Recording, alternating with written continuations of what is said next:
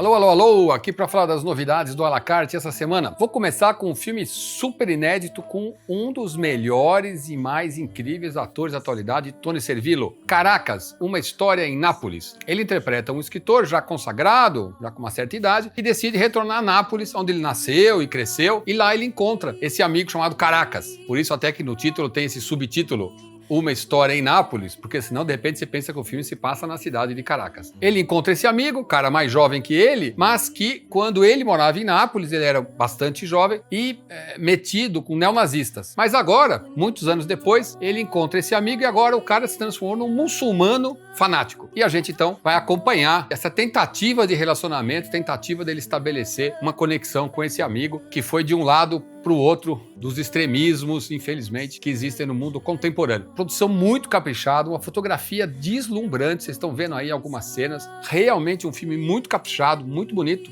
forte, trágico, evidentemente, e Tony Servillo sempre dando um show. Caracas, uma história em Nápoles.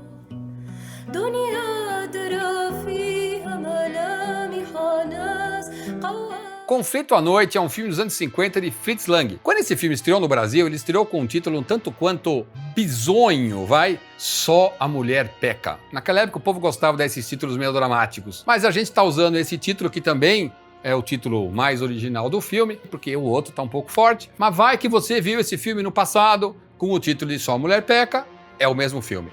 Barbara Stanwyck, uma atriz incrível, que já era, na época, muito famosa e que costumava fazer personagens femininas fortes, faz mais uma aqui. Ela interpreta essa mulher já madura, que retorna para essa cidade menor onde ela tinha crescido, e ela retorna essa mulher de personalidade forte. O irmão dela começa a ficar um pouco preocupado porque ele namora com uma moça jovem, assim, vamos dizer, mais inocente, bem aquela mocinha do interior, e ele fica com medo que a convivência possa mudar a namorada dele. O filme tem no elenco a jovem Marilyn Monroe, aqui já começando a fazer um certo sucesso, mas ainda fazendo papel secundário. Tem também Robert Ryan, grande ator americano de muitos filmes importantes. Uma curiosidade é que Marilyn Monroe já tinha o hábito de esquecer suas falas. E a Barbara Stanwyck, uma atriz consagrada e uma atriz que no set não era de dar muito espaço para as pessoas, tinha uma enorme paciência com a Marilyn Monroe nas falhas que ela cometia nas suas falas, mas que ela via talvez que a Marilyn Monroe tinha um talento que valia a pena apoiar. Filme forte, dramático, um melodrama de Fritz Lang, um filme bem especial que há muito tempo não estava por aí, Conflito à Noite.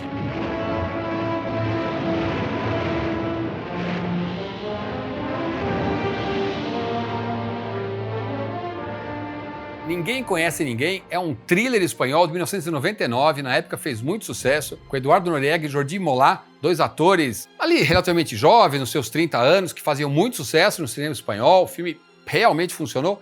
E ainda tem Paz Vega, que era uma atriz ainda não conhecida, que pouco depois explodiria em Lucia y el Sexo. Aqui o Eduardo Noriega vive em Sevilha, ele é um escritor que ainda não conseguiu engrenar e que para ganhar a vida escreve jogos de palavras cruzadas. E um dia ele recebe uma sugestão de incluir a palavra adversário no próximo desafio que ele fizer. Ele faz e aí é ele que se vê num grande desafio na vida real. A história se passa em Sevilha na semana da Semana Santa. Portanto, um momento de muita celebração religiosa, de muitas coisas acontecendo, e ele vai ter que sobreviver a um jogo que ele acaba se envolvendo sem querer. Filme muito bem amarrado, uma direção, uma movimentação muito grande e um roteiro que surpreende com a solução. Ninguém conhece ninguém.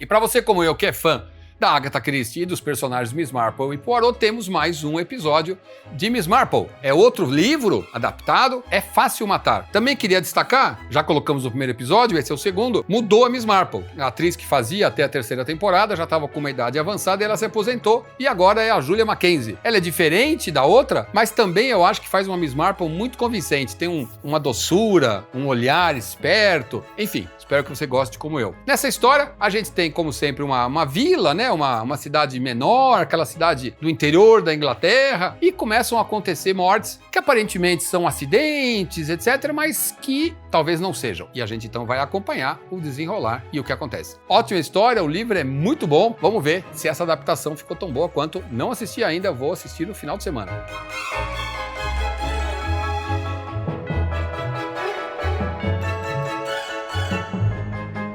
Mas espera aí, antes de terminar, como você sabe, a gente tem também aqui no à la carte aquela parte que são os filmes para aluguel. São filmes que não estão aqui na assinatura, mas se você é um assinante, você tem desconto. E a gente disponibiliza a partir de hoje para vocês um filmaço. Filme que fez muito sucesso aqui nos cinemas do Brasil, foi indicado ao Oscar de melhor documentário, trilha sonora para um golpe de Estado. Olha, eu não costumo ver muitos documentários, mas esse realmente é muito legal. Não é aquele filme que tem um monte de gente dando depoimento, o filme é praticamente todo feito com imagens de arquivo e fala, naquele momento, desaparecimento do ex-primeiro-ministro do Congo, Patrice Lumumba, que tinha sido derrubado por um golpe de Estado de outros líderes africanos. Ele desaparece e aí acontece uma sessão na ONU, onde algumas pessoas vão criticar esse desaparecimento, que ninguém está fazendo nada para saber. A gente está no meio, né, no ápice da Guerra Fria. A gente vai ter o Khrushchev, que era o secretário-geral, que correspondia a quem mandava na União Soviética, a posição dos americanos. A gente vai ver como a CIA esteve envolvida nessas coisas. A gente vai ver também como os Estados Unidos usavam cantores de sucesso, cantores negros de sucesso, os enviavam para a África para fazer shows, para com isso conquistar corações e mentes. Enfim, mistura música, mistura política, geopolítica,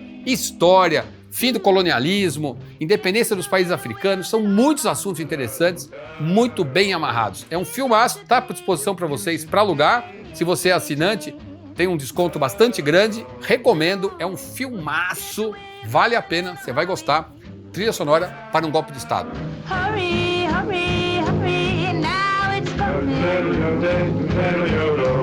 Can't you hear? Bom, é isso aí. Tudo isso para vocês a partir de hoje aqui no nosso à la carte.